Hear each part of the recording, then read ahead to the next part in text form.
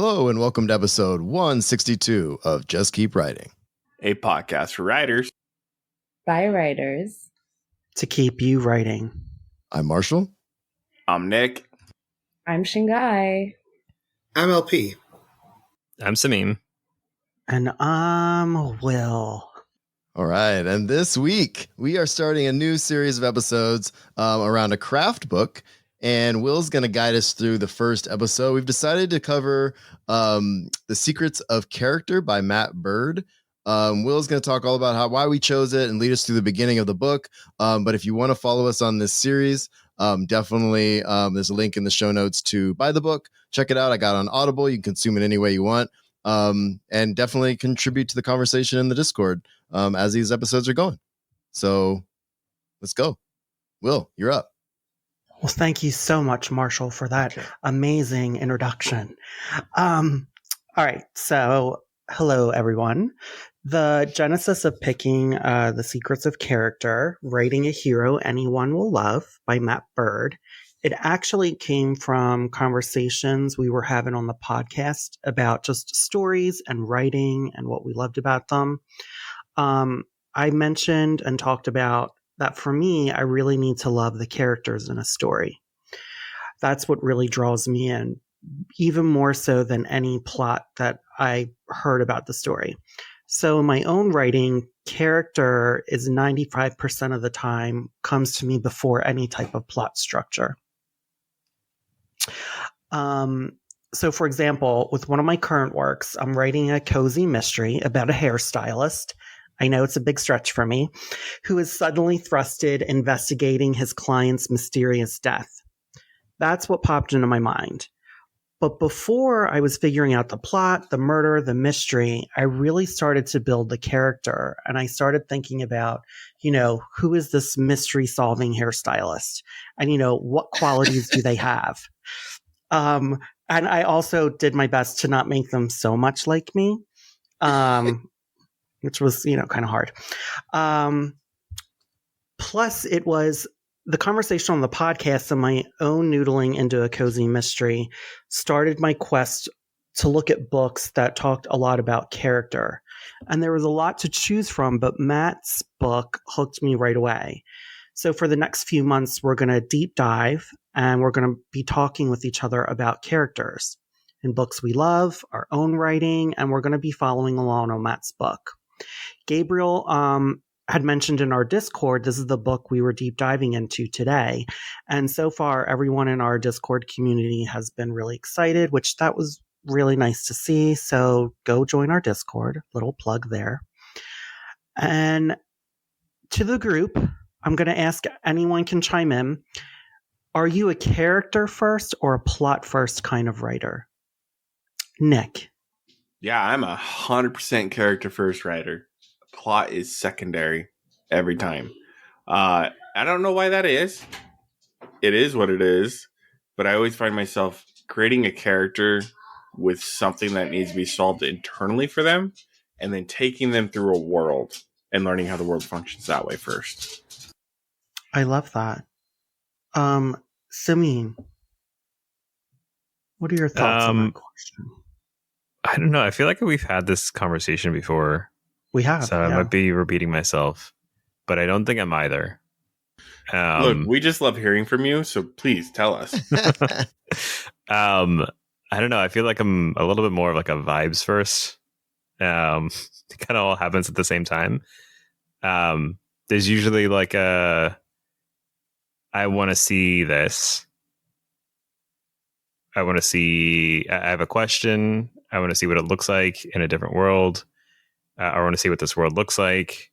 And I think that comes first. And then it's usually like, what would a person do in this world?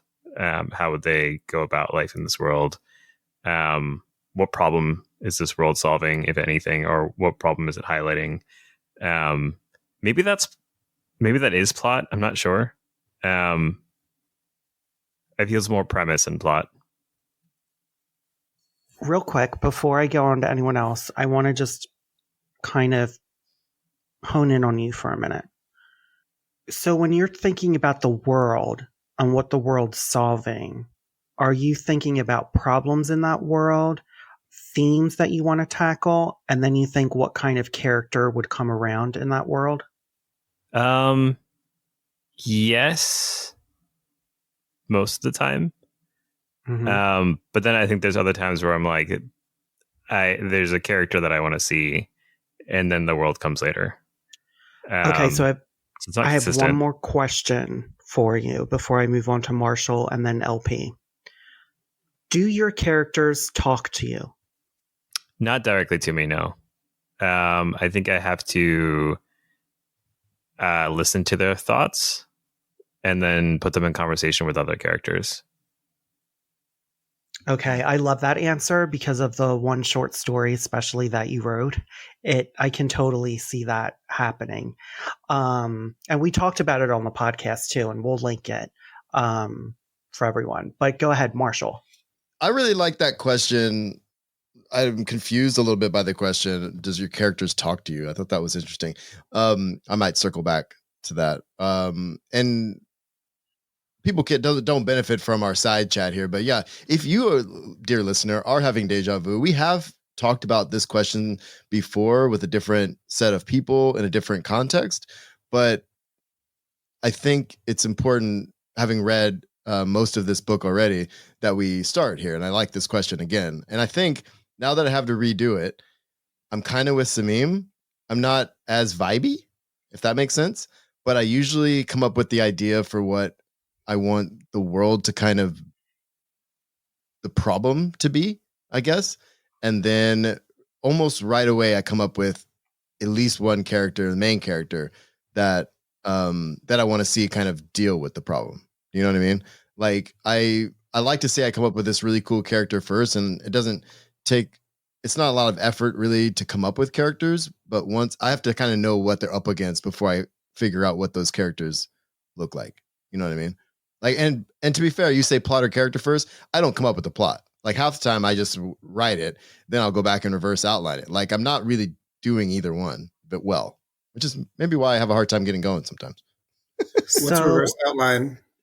So, quick question though. Wait. I have a question. I'm the moderator. You can hold your tongue. What's a reverse outline? Oh no, let me What's ask. reverse Yeah, outline? what I mean is I start writing, and because I get the character dialed in after I come up with what I want the world to look like, then I write the character a bit, opening scenes, maybe a chapter or so, and then once I have kind of an idea where it's going, then I'll backtrack and outline most of the book or a chunk of the book. It's not really a reverse outline. It's just the opposite of the time you should probably outline. Okay, so thank you. My next question is this then. Is it for me? Just because since I already asked Sameem, and I'll go back to Nick in the beginning. Do your characters talk to you? What does that mean? So how do you envision that? Because I have conversations my characters just are like either talk to me or they're channeled through me.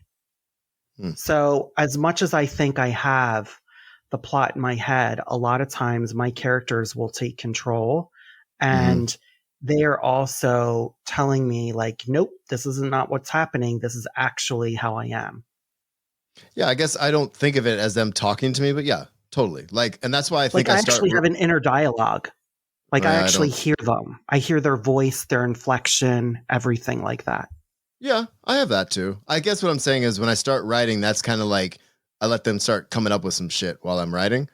And I guess that's where the conversation's happening, I would say. Gotcha. Cool. And sometimes I'll write like a little side thing or do a stream of consciousness thing from that character to kind of, if I'm having a harder time. Usually that's with side characters though. Great. LP, go ahead. I'm a conceptual writer first. I start with the idea of like why this world is different and what makes that interesting. And then after that, I can usually extrapolate what characters are doing. Like once I know what the institutions are, I can start making like some decisions about the people who labor under them. And it's not the character isn't important. It's the character for me is like are people that I discover while I'm writing versus like being able to envision them or hear them very clearly before I start playing with the idea. So when you talk about meeting your characters throughout, does it surprise you some of the characters that are being introduced in the story? Or do you kind of have an idea of like, I want this type of character to come on, and that's when they come on? I have a handful of characters that I know that I need for the story. I know that are going to be relatively central to the story. And like I give some thought to their motivations as they come on stage, essentially. But I really don't get into the granular bits of like their personality or like their wants or needs or how these things show up for people until I get them in scene interacting with the people. And then there are I'll end up throwing in like 24 random characters, which I'll eventually fold into like 4 characters, but just for the sake of my sanity. But yeah. I gotcha. Cool. So, Shingai, same question. Do you want me to repeat it? Yes, please. Sure. Because I always forget it by the time it's like to me. Are you a character first or plot first kind of writer? I think just agreeing with a lot of what folks have said about not fully fitting in either category. My characters come to me, or my story comes to me in relationships. So it is kind of character-centered, but it also does need plot because there's dialogue involved. And that's how I know what the protagonist and the antagonist of any given scene is. Yeah. And do you feel like your characters talk to you, or do you feel like you're the architect of the writing? Yeah, that's a really good question. And it's been cool hearing other people's perspectives. Also, you will talking about how you feel like your characters are channeled through you. I hear my characters having conversations with each other. So I'll hear a random conversation between an old woman and a young child. And then I'll be like, okay, so who are these characters? And why is this conversation important? So I'll just like pen down the conversation. And then also the feeling of a moment. I'll know what my characters are feeling, and that's most likely what will come to me first. Amazing. I just find this fascinating, like how we all have such similar and different attitudes towards how our characters come through. And so, Nick, I didn't get to ask you that question because it was kind of my conversation with Sameem in the beginning. Do you feel like your characters talk to you, or do you feel like you're the architect and God in the story? I'm the therapist, so I'm asking my characters. The characters coming to me with a problem, and I'm asking them to process. Most of the time, it starts with, "I'm feeling something. Hi, my name's Nick. I don't know how to process this emotion. Help me." And it's me helping myself, essentially, in inner working some monologues here. Like I just wrote a short story about PTSD, and it's something that's creeped up for me recently. That someone said, "You always tell everybody you're okay and you're fine, not to worry about you. Why do you do that?" And so I had to write a story about it. Because that for me right there is like, okay, I struggle with this. Let's go unpack it over here in this safe space where I get to be the therapist to myself without realizing it. But that's how most of my main characters have an element of PTSD that they're working through. And I think that's why it works for me. And that's what I want it to be is, hey, we're working through this problem. Let's look at it from these angles. Let's look at, tactics and practices that you can do to work through this. Okay, now that the character is doing these things to cope with this situation, what kind of world are they in? How are they able to use these things in the world that they're in? And things like that. Does that make sense? Yes, it does. So I didn't write this in the outline, but the conversation has made me think of another question. When you write, or if you write, in first person, is it still the same type of thought process and creative process for you? So like for me, I still feel like I feel my characters and I'm like channeling them through me like a medium. But when I've written a story specifically in first person, I literally feel like I'm in those moments with that character. So I'm wondering if anyone has written in first person and has gotten that same type of feeling, or you still feel like you're kind of an architect or god of that story. Marshall. I don't know. I think it's hard not to feel that way for me, only because you're using I. You know, you're like putting yourself in that moment. You know what I mean? Even though it's like not you. You know what I mean? But to write first person, you feel like you have to kind of be a little closer to the character. So I do feel like it does feel a little bit different. I kind of hear what you're saying. Sameem, go ahead. I don't think I'm articulating very well. And I was going to say something similar. I think when I do write in first person, I do feel like I am that character when I'm writing. And I really enjoy that because I get to feel out different aspects of their personality, and develop it differently and explore it. I have a really hard time writing third person, especially like omnipotent third person, because then I feel like you have to become the universe in a very different way. And I find that really challenging. And I think what I'm working through with the novel is, or what I did when I did that first draft was being every character separately. And I think that's it's taking longer to develop. But I don't think I can be the whole universe at once. I think I have to do it character by character. I love that. Anyone else want to comment? Go ahead, Shingai. No, I was just going to say that I have like a little bit of a different take on third person, but it makes a lot of sense to me because you write in first person a lot. Because I'm thinking about relationships, I think third person offers the ability to be in two people's head at once. And that translates communication in a different way than when you are inside one character's head. And so when they're in communication with anyone else or anything else, they're just receiving information. So it's like, I don't know, like different footing. Yeah. But I also agree with when you write in first person, you become the character that you're writing in a different way than when you write in third person. Yeah, that's fascinating. LP, go ahead. Oh, I'm just intrigued by the fact that you're talking about how you're dissociating when you write and just like trying to get someone to co-sign your psychosis. I love that. Who? It's amazing. Me? Are you talking about me? Or all of us?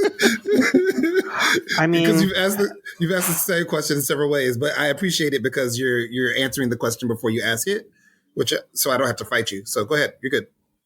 Yeah, I just have lots of questions and just, it's what I'm about. So, anyone else have any comments, questions, concerns? Okay, I'm going to go on. You sound like me with my students today.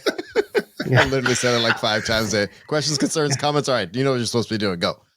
All right, so we're going to open up with chapter 1 of the book, and it says, Bashing Your Head Against the Gates. So I'm going to read a little section, and then we'll go on to the second question. You're a writer. Maybe you're writing novels, screenplays, TV scripts, memoirs, plays, or comics. One way or another, you've got a hero and you're asking people to care about them. But you've got a problem. No one is agreeing to read your work. Publishers, movie studios, agents, managers are all saying no to you. Then one day, dawn breaks. A gatekeeper agrees to read your manuscript. You're ecstatic. But when they specify, I'll tell you what, you just send me the first 10 pages and I'll take a look at them. Then I'll have you send me the rest if I'm interested. What an ass. Your story doesn't even get going until page 17. How can they judge it based on 10 measly pages? Well, before you get too pissed, you should appreciate one piece of good news. The gatekeeper is being honest with you. Anyone who tells you otherwise is lying. No one clears their slush pile by reading every manuscript cover to cover. Everyone just reads the first 10 pages, which is enough to eliminate 9 out of 10 submissions. So does that mean you shoehorn your first 3 plot points into those first 10 pages to give them a sense of what's going to happen? Nope. This brings us to a central law of storytelling. Nobody really cares about your story. They just care about your hero. They're not looking for a great story in those 10 pages. They're looking for a great hero. In this book, the term hero is gender neutral and morally neutral. A hero can be any gender and good or evil. They want to fall in love. Once we love a hero, we'll follow her anywhere. It doesn't matter if the story is any good, and if we don't feel that connection, then the best story in the world is just a waste. My first book was about every aspect of writing. That made it easy to write. I just tossed in every thought I had on the subject. I knew that for this book, I wanted something more focused. Why bury you in notes for your big, beautiful manuscript when no one is offering to read it in full? I wanted to write a book focused on surviving the first swing of the axe. I just want to get you into the rarefied club that 1 in 10 they keep reading. Okay. So the 3 things you must do. There's 3 things that you want in your story for your hero. Believe in the reality of the hero. Care about the hero's circumstances. Invest their hopes in the hero to solve the problem. So that goes to our next question. Give me an example of a book or a show, a pilot, or a movie that you feel like that does this in either the first 10 pages or the first 20 minutes. So does anyone have any examples? LP? Yeah, I'm actually just in the beginning of my rewatch of Buffy the Vampire Slayer, probably the first time in 10 or 15 years. And I think the believe is very real in Buffy. They establish her super quickly, as well as like a half dozen other characters. And what does it make you, like in the first 10 minutes of the pilot of Buffy, what makes you care about Buffy? There's the aspect of the fish out of water. Mm-hmm. There are all these people from whom she's keeping a secret. And one of the first people she meets is someone who has a secret about her. And so in the first, and there is a movie that precedes it, but like, if you're just watching the show, like you're having the conversation you're having is like, okay, what does she know? And how do we get through this? And like the kill the cat moment, I don't think it's the kill the cat moment. It technically be the save the cat moment. It's where she clearly resonates with Cordelia while they're walking through school. And then Cordelia says something mean to Willow and her face drops. And then later on, she goes and finds Willow to befriend her / get some help with trigonometry. And it's like, oh, she's sweet.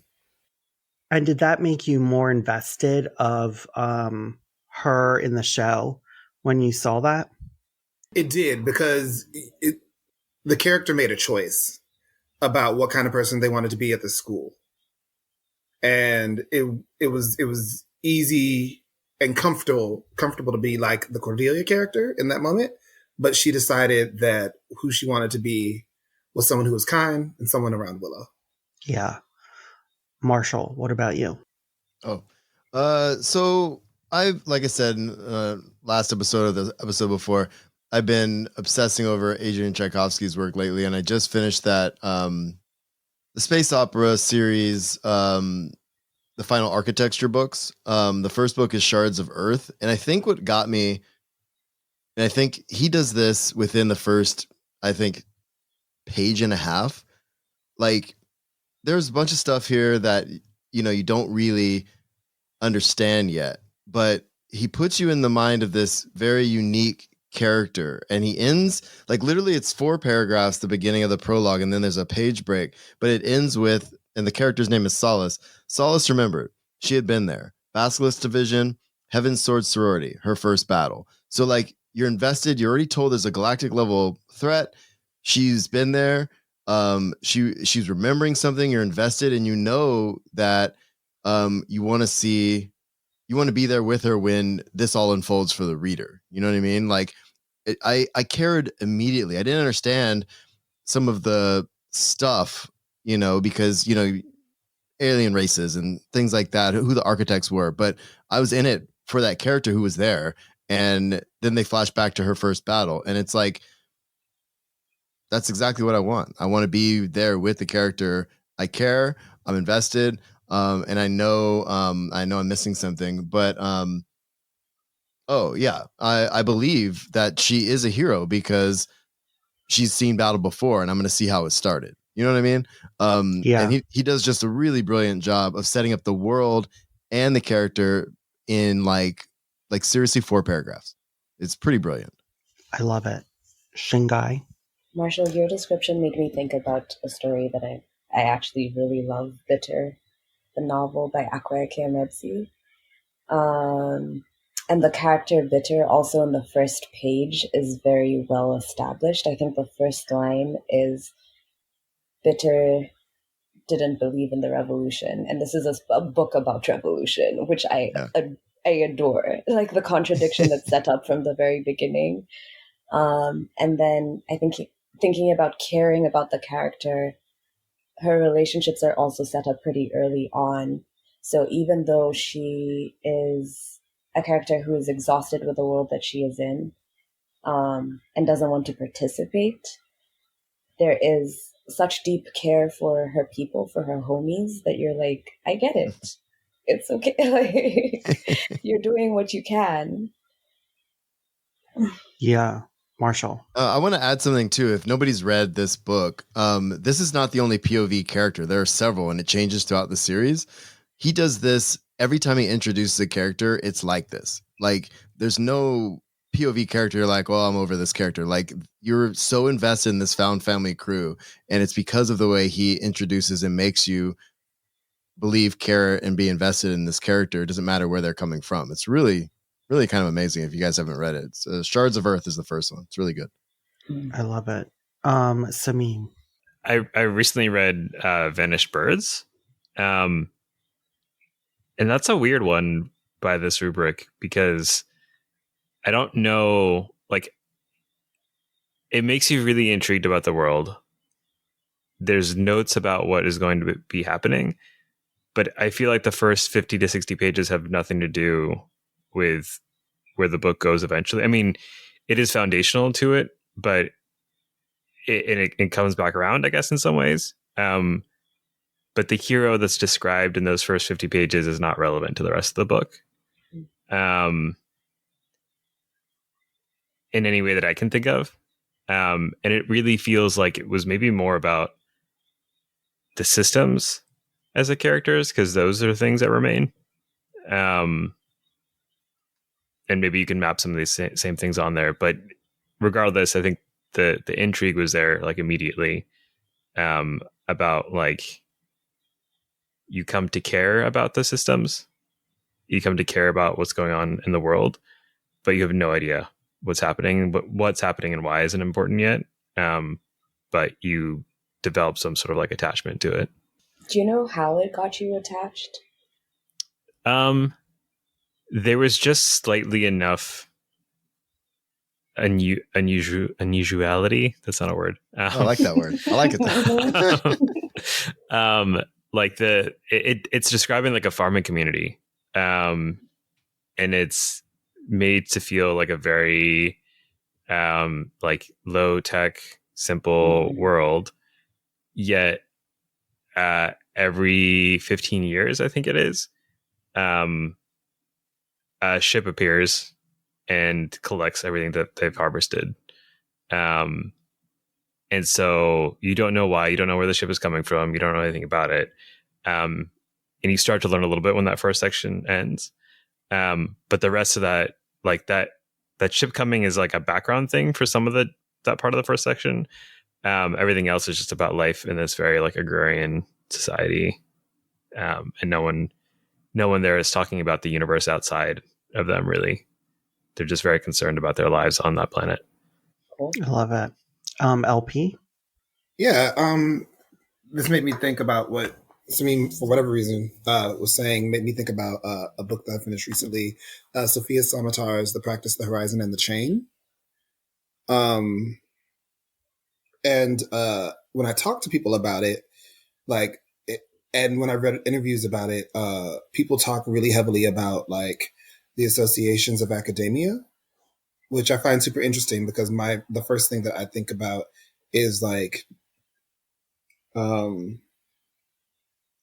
class struggle and people with more hierarchical privilege reaching down to help someone with less hierarchical class, and then that person having to like fend for themselves in these cultures that they don't understand with expectations that no one's spoken, and like feeling really kind of destroyed by the aspect of like being clearly of one place and having to survive in another. And I found it super endearing.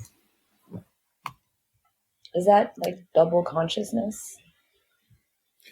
I don't think it's double consciousness. I think it's code switching. I think it's, and it's funny because when I talked to the other person I talked about this is a white academic, and Sophia Samatar is an academic, and she's a biracial academic at that, right? But I don't know. For me, it felt like there are two protagonists in the story. So one is the boy who's pulled out of this place and put into a university, and the other is the professor, and like her father is also from the hold, and when she was a kid, her father would drink water from down there. It tastes different because it's the water's grosser. And like through a scholarship program, her father was pulled upstairs, and she reinstated the scholarship program and pulled the boy upstairs. And so like it was interesting to me because the academic that I talked to he's a white academic. He really identified with the academic aspect of it, and I really identified with the aspect of being like in these spaces expected to know things that people aren't saying, and just like tripping over it. And people saying shitty things and not thinking that they're shitty because you're one of them now. They feel safe to say these things. So we're going to go to the next section where we talk about Kill the Cat. He goes, of course, there's already a very popular book with a titular piece of advice about how to get us to fall in love with the hero right away. Save the cat. In the late Blake Snyder's book, he suggests that you begin your story with your main character doing something heroic and upstanding. So when I revisited all these stories, did I find a lot of examples of that? I did not. In fact, I frequently found something quite different. Here's the third paragraph of Suzanne Collins' The Hunger Games. Sitting at Prim's knees, guarding her, is the world's ugliest cat. Mashed-in nose, half of one ear missing, eyes the color of rotting squash. Prim named him Buttercup, insisting that his muddy yellow coat matched the bright flower. He hates me, or at least distrusts me. Even though it was years ago, I think he still remembers how I tried to drown him in a bucket when Prim brought him home. Scrawny kitten, belly swollen with worms, crawling with fleas. The last thing I needed was another mouth to feed. But Prim begged so hard, cried even. I had to let him stay. It turned out okay. My mother got rid of the vermin, and he's a born mouser. Even catches the occasional rat. Sometimes when I clean a kill, I feed Buttercup the entrails. He has stopped hissing at me. Not exactly the loving to the family cat, but hey, you might point out she decides not to kill the cat. So I guess you could say she's saving it from her own murderous impulses. Well, don't worry. A few paragraphs later, she does finally get to kill a cat that just wants her love. She talks about meeting a boy in the forest. My real name is Katniss, but when I first told him, I had barely whispered it, so he thought I said catnip. Then, when this crazy lynx started following me around the woods looking for handouts, it became his official nickname for me. I finally had to kill the lynx because he scared off game. I almost regretted it because he wasn't bad company. But I got a decent price for his pelt. So what's going on? Why do we fall in love with a heroine who literally kills cats? Because already from the first page, we believe, care, and invest. Why do we believe? This one paragraph does a great job of showing a thoroughly believable worldview. The syntax is consistently terse. He hates me, or at least distrusts me. Her value judgments show her character. He's a born masser, in her ultimate compliment. Her idea of showing kindness is to share the entrails of her kill. She doesn't seem like an accumulation of author-imposed traits. She seems like a fully realized human, albeit an unpleasant one. Why do we care? She's clearly suffering and doing what she can to survive. The last thing I needed was another mouth to feed. If she was living a comfortable life in the suburbs, we would hate for her wanting to kill a cat, but seeing her hunger, our heart goes out to her. We wonder what we would do. Why do we invest? We definitely trust her to solve whatever challenges this book offers. She's a badass and she's ready to make hard decisions. On page 3, she slips through an electrified fence to bow hunt her own food. We've picked the right hero. The Hunger Games is a great example of this model because it's got believe, care, and invest right away on the page 1. We commit to reading this whole book, but not because Collins has fired up the central plot right away. She can now take all the time she needs to do that. We commit because we love this cat-killing heroine, and we're now willing to go anywhere with her. It's no surprise to me that this book was such a hit. So there you go. You have my whole book in a nutshell. So why are we still reading? Here's why. Because this book is filled with hundreds of tricks. In part 1, I will look at dozens of tricks to get readers to believe, care, and invest, all backed up with examples from my copious research. You will not only thoroughly understand these 3 concepts, you will have a cheat sheet for how to use them to fix your first 10 pages right now, today. So, we talked about some novels we loved about or shows in the first 10 pages or the first 20 minutes of believe, care, and invest. So what are some stories that we see a character who might do horrible things like kill the cat, but we're still rooting for them that you can think of? Who would like to go first? I can go because there was just Shingai. an episode in this arcane Jinx, I think, is a character that does terrible things, but you're still like, damn, I want so much better for you. Yeah.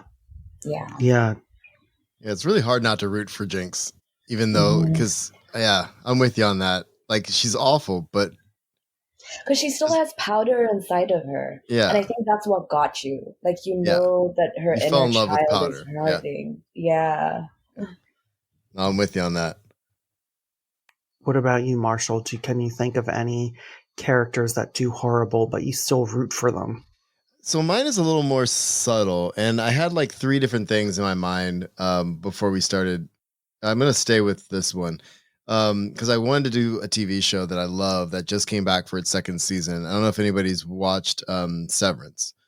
But there's something about that first episode because it takes a little while to figure out what's really happening in that opening scene. But you realize, spoilers, sorry for a show that's been out for quite some time. But you find out that the main character is actually the one, orchestrating this kind of torturous moment for this other woman. And it's like, what are you so invested in? What is this place you work for? What do you even do? And why are you all so weird? But at the same time, I have a feeling like you can't walk away from that first episode and not realize that all these people are going to probably do something awful for reasons you don't really understand.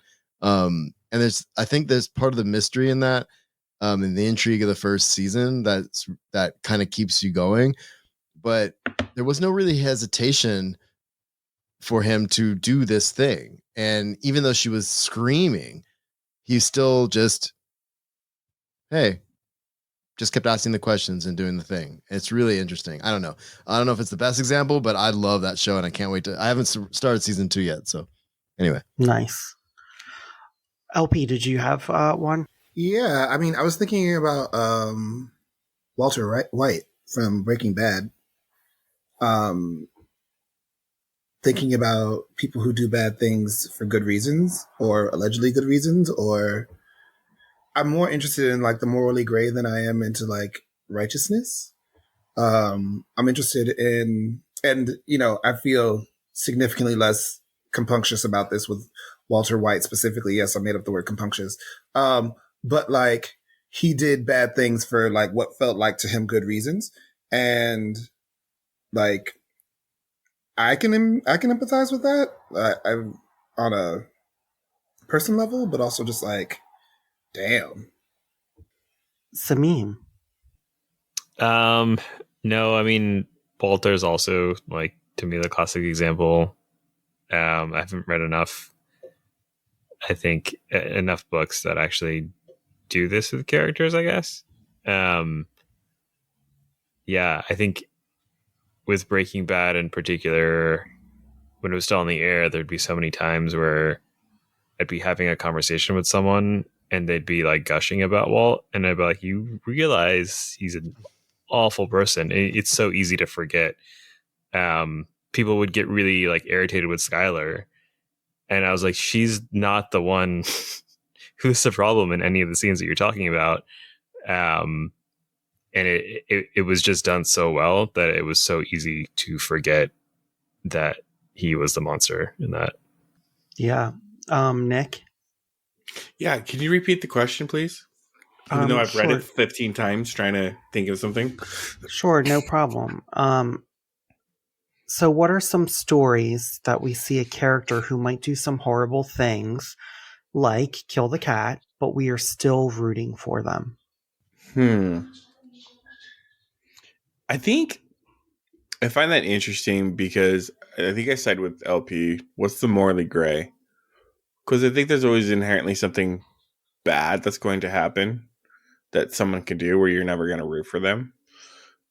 But, going to the example where the Lynx gets killed, like, super interesting.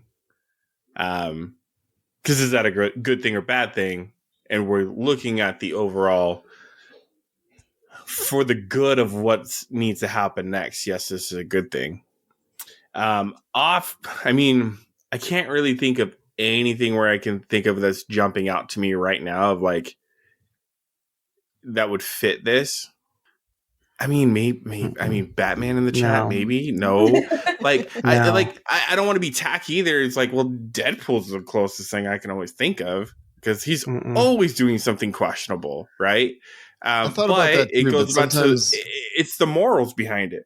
Yeah, he does it because he likes it, like. Yeah, but so I don't think this is a Deadpool great question. is the one. No. I'm going to tell you mine. I think. Oh.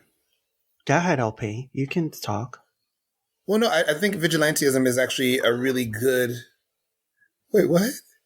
I said I'll allow it. No, I'm kidding. Go ahead, go. I think vigilantism is actually a really good choice for this because, like, while I don't agree with Batman because, like, sociopolitically he's like in the wrong situation, but when we think about like maybe, the rich white guy, but I think maybe like a Daredevil, like a Matt Murdock. While he is a relatively well-to-do white guy, he's also like has a disability, which makes the playing field a little different. And think about Punisher, who his thing is punishing people who are, he comes from this military background, so he's like, I'm going to go to other countries and kill people, and now I'm going to come back to the States and kill people who I think deserve it. I was just typing Punisher in the chat because I think that's and you bring this up, and I'm thinking Green Arrow and Oliver Queen. Yeah, albeit rich white guy. The TV show. I love that one. Yeah, it's a good show. No, yeah. I don't think he's an It's a really good show. I don't No, think he's he's a an vigilante. anti-hero. He's a vigilante though. He's basically Robin Hood. You know what I mean? Like if you think Yeah. about, you know what I mean? He's just a better I'm gonna version of have, Batman. you know what? I'm gonna have LP finish first. Sorry. Go ahead, LP. One that's super interesting is J. Michael Straczynski's take on the Squadron Supreme, which was called Supreme Power. The character Nighthawk, who DC and Marvel have a long history of like pastiching characters. But when J. Michael Straczynski did Nighthawk, which was literally a send-up rich white guy who goes out and beats people up, and his name is Nighthawk. When Joe did it, he made Nighthawk black, and the people who killed his parents were white. And so all of this vigilantism is specifically against white people. And it's such an interesting thing because like we've seen the opposite side of that, and they don't make any excuses for it. And I was just like, oh, this is so interesting.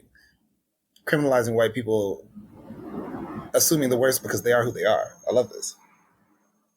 Well, I would say the reason I put in there that Batman isn't a vigilante is because, yes, Batman operates out of the law, but Batman lives by a really strict code. He doesn't kill anyone. He doesn't really torture anyone.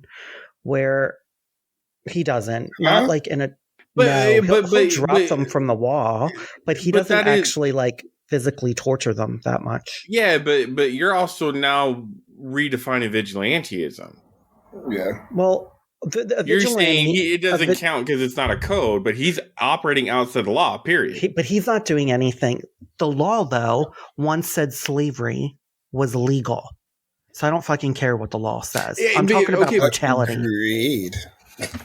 I'm talking about brutality and killing, right? So like when we talk about the kill the cat, let me finish real quick. I keep thinking, I'll allow it. Thank you. I keep thinking of the Punisher. I thought when that was spoken, I think LP mentioned the Punisher. I think he's a great example because the Punisher does awful, awful things, right? Like terrible things. He will kill anyone he thinks deserves it, you know, where Batman doesn't kill. Batman has the potential to be a Punisher, but Batman just operates out of the law, which if you think about private investigators also do a lot of things that are outside of like police law. And I think Elektra from the comic books from Daredevil, I think she is very much a morally gray. She will kill if the price is right, you know? And she does have a set of morals too, because when she sees it being someone who is innocent and is being played, then she will go against her contract. So those are my thoughts. Go ahead, LP. Oh no, I mean, I don't think you're wrong in that way. I think so. I think the farther we get from hegemony, this is why, like, when we talk about like Batman, this shit doesn't interest me. Not because like I think y'all are wrong. It's more because like he's a rich white man who was able to rewrite the rules because he could take the time to train and you know develop the mask of the bat and all the bat gadgets that he needed and like hide a fucking cave underneath his house and blah blah blah blah blah.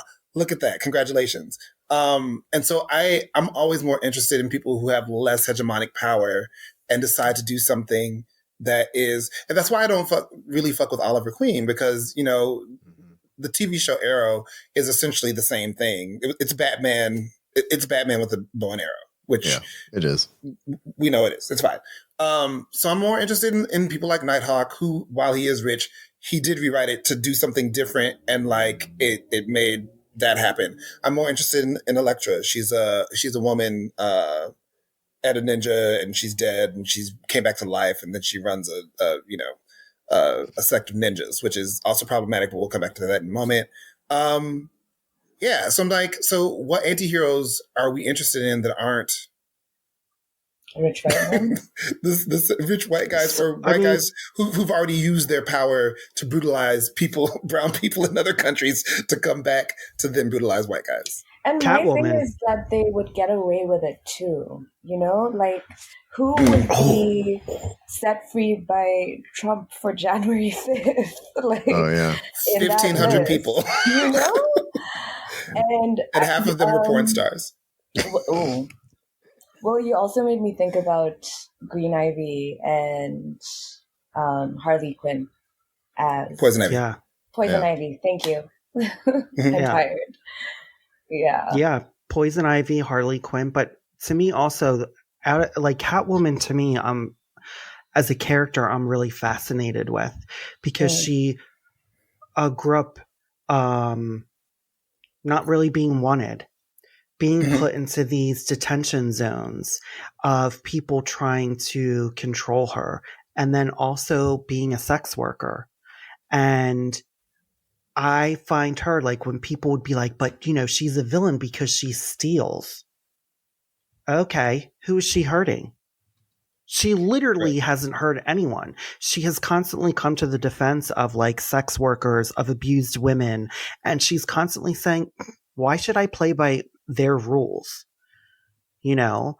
And I find her to be such a fascinating character and such a good contrast. Like, I don't know if anyone's read the series where there's at one point in a few years ago, Selena and Bruce were going to get married. And Selena kept pushing him on social issues of saying, you think like this because you can think like this. You're not thinking like someone who has nothing. Like, he never grew up with nothing. He always had something. And Selena kept saying, that's not how the real world works, Bruce. You know? I think, if you think back to this old comic called Shadowhawk, which Jim Valentino's a cool guy, you know, but there's some problems with this. The character Shadowhawk is angry, and it's revealed he's angry and a vigilante because he contracted HIV. And I'm going to stop there because LP just gasped. Well, no, he was infected with HIV by someone that he was prosecuting, and so he got in the suit, went out and started kicking ass. Also a black man, and so it was like, righteous indignation. But I think that's a much more interesting story than Punisher. I think that's a much more interesting story than Batman or Green Arrow, because I don't know, like, you have. When the world is set up for you to win and you're still a fuck up, like, come on, man. Like, it's more interesting to see somebody struggle through this, I think, personally. Okay, gang. Well, I think this was a riveting and amazing conversation. And I guess jump into our Discords and let's talk about characters and anti-heroes. And follow us along for the book because it's going to be a fun ride. And before we go, I would just like, real quick, I didn't put this in the notes, but because I'm starting a Substack for the new year, follow me. I just want to know, like, what's everyone working on so far this year? And are you excited for 2025 creatively? Not, let's just say for life, what's going on in the world, but creatively. Anyone have any updates or want to talk about anything for 3 minutes? Go ahead, LP. Me and Shingai are applying to Tin House, and I'm super excited about the piece that I'm getting ready for that. Writing synopsises fucking sucks, and yeah, it's gonna be cute. All right, Sameem, any updates? I'm in a creative nonfiction workshop that's starting next week, this semester. So I'm excited about that. It's a very different mode of writing for me, but one that I've been wanting to experiment with. So I'm just trying to see what that's like. I think that has also, prior to that, even knowing about this workshop, had been making its way into some of the fiction I was working on. I'd started a short story back in November that's now turning into a novel. And it is a weird mix of fiction and maybe nonfiction together, and maybe just memoir or just thoughts. I'm not really sure what it is, but I'm having fun with it, and I'm excited to learn more in this class. That's amazing. Nikki? I got nothing to talk about at the moment. I'm just writing. That's right. That's what we do. Marshall? Yeah, I'm actually doing something outside of what I said earlier and trying to spend some time plotting and outlining my project I've already been kind of working on. So I'm at the take your time and figure it out kind of thing. And I want to rewrite the first scene with some of the stuff in mind that we've been talking about because I want to pull this off in some way, shape, or form. So it's a novella. I'm excited about it. I'm gonna do like a little series of novellas in this world, and I want to, figure it out ahead of time for once. I love it. And, this has been an episode of Just Keep Writing. Hold up. What about Shingai? Oh, I didn't know Shingai wanted to go. Go ahead, Shingai. You didn't ask, Will. Sorry. I like to be asked. Go ahead. Well, I am officially the co-editor-in-chief of Fantasy Magazine. Right. Yes. We should have mentioned that early on. I love that. Congratulations. Thank you. So that's really exciting. That's something that I'm looking forward to this year and just like everything that it will open up. I'm also editing my novel and writing a new novel and applying to Tin House with LP. I love it. Are you do you want to tell everyone about has the fantasy magazine opened up submissions yet? Yes, we are open up for submissions on the 22nd to 27th. I want to say, Marshall, if I'm wrong, please can you edit this? Can't change what you say, but you want to look it up or? Okay. I can look it up. I'm looking it up right now. And the first 4 days are BIPOC only, and then it's general submissions for 3 days. Is this next month or this month? This month. So we're opening up tomorrow. Oh, snap. Okay. Yeah. That's amazing. The 22nd through 25th are BIPOC writers, and 26th through 29th is general submissions. And this has been Just Keep Writing, a podcast for writers, by writers, to keep you writing. You can find us at justkeepwriting.org. Follow us on Facebook, Twitter, Instagram, and YouTube. Feel free to reach out to any of us on our social medias, and please jump in our Just Keep Writing Discord channel. Links to all of that is in the show notes. Lastly, please support our show by going to patreon.com/justkeepwriting. We offer daily writing prompts, early access to podcast episodes, and much more. Thanks for listening, and just keep writing.